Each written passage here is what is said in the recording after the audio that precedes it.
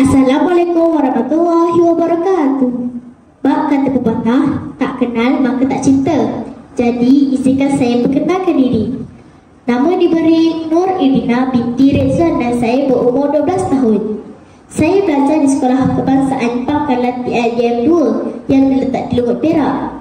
Di dalam video ini, saya berasa amat teruja untuk mengongsikan mengenai sebuah buku yang berjudul Awang Sulung Yang Pintar. Jadi, mari dengarkan.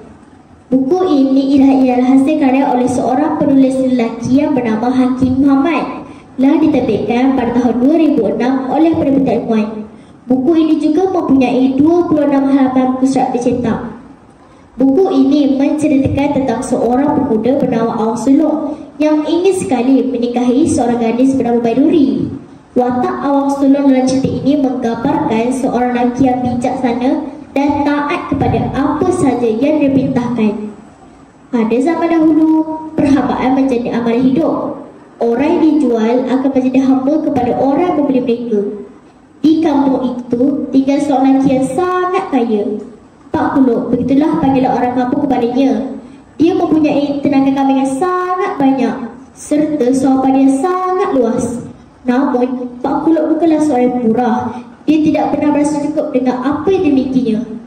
Pak Kuluk mempunyai anak gadis cantik menawan. Ramailah pemuda berangan-angan hendak memperisterikan anak gadisnya itu.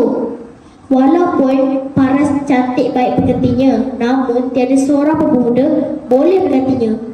Ini disebabkan Pak Kuluk sangat cerewet dalam memilih menantu. Suatu hari, Pak Kuluk pergi ke sebuah warung untuk mencari menantu untuk anaknya, Baiduri. Suasana di warung itu mula kecoh seketika kerana ramai pemuda mahu masuk minang. Kata Pak Kuluk, sesiapa yang mahu jadi menantuku, orang itu haruslah tinggal bersamaku selama 3 purnama. Dan orang itu haruslah patuh kepada arahanku tanpa banyak persoalan. Jika orang berkenaan marah, orang tersebut akan kujual ke pekan untuk menjadi hamba. Jika dia berjaya, Baiduri akan kahwinkan dengan orang tersebut. Harta bendaku juga akan menjadi miliknya. Kata Pak Kuluk lagi. Pemuda-pemuda di situ terdiam akan kata Pak Kuluk. Cerita tentang Pak Kuluk ingin cari menantu tersebar dengan cepat di seluruh kampung. Setiap minggu, ada saja pemuda datang dengan harapan begitu. Namun semuanya gagal menahan kemarahan mereka. Pada satu hari, seorang pemuda bernama Awang Sulung datang untuk mencuba nasib. Dia telah bertemu dengan Pak Kuluk untuk membuat perjanjian. Kebijaksanaan Awang Sulung telah menundukkan keego Pak Kuluk. Pak Kuluk hanya insaf dan mengahwinkan anaknya dengan Awang Sulung. Semenjak itu, Pak Kuluk tidak lagi menipu orang, malah kini menjadi orang yang dermawan dan dihormati. Antara pengajaran yang saya dapat perolehi dalam cerita ini ialah janganlah bangga dan sombong dengan kekayaan yang ada.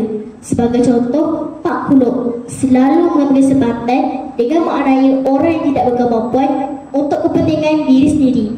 Manakala, antara nilai mulia yang saya dapat dalam cerita ini yang ditunjukkan oleh watak Awang Sulung.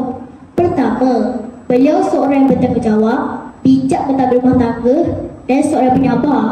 Sebagai contoh, dengan sikap sabar ditunjukkan, beliau mampu untuk menahan amarah dan kemarahan Pak Kuluk kepadanya. Sebab dari sikap sabar itu, beliau juga mampu untuk mengubah Pak Kuluk untuk menjadi orang yang lebih baik dan dihormati. Secara keseluruhannya, saya berpendapat bahawa buku ini sangat menarik dan mudah untuk difahami kerana gaya penulisan yang indah. Sekian, terima kasih.